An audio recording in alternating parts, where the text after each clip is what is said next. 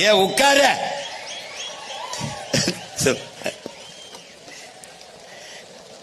டேய் டேய் மலைக்கு மரியாதை கொடுக்க கத்துக்கடா. டேய் இறக்கடா. டேய் இறக்கடா. கீழே விட்டு உட்காரா. டேய் உட்காரா. மழை பெஞ்சா கொடை பிடிப்போம், சட்டக்குன்னு தூக்கலாம். இங்க பாருங்க எதை சேர தூக்கி வரிசையா நிப்பாட்டினா அதுலயே தெரிஞ்சிருச்சு என்ன அரசியலை கட்டமைக்க போகுதுன்னு. ஒரு தொப்பிதான், ஒரு தொப்பிதான், ஒரு தொப்பிதான். மழை பெஞ்சாலும் வெயில் அடிச்சாலும் அந்த மழையையும் வெயிலையும் தாங்கி கொண்டு நிற்கிறாங்க அப்படின்னாதான் அவங்க வந்து உறுதித்தன்மை கொண்டவர்கள். மக்களுக்காக களத்துல இங்க போராடுவான். மழை வெயில்லாம் பொருட்படுத்த மாட்டான் அவன். அப்படி மழை பெஞ்சாலும் வெயில் அடிச்சாலும் ஒரு ராணுவம் போல இருப்பான். டேய் இதெல்லாம் தூக்காதரா.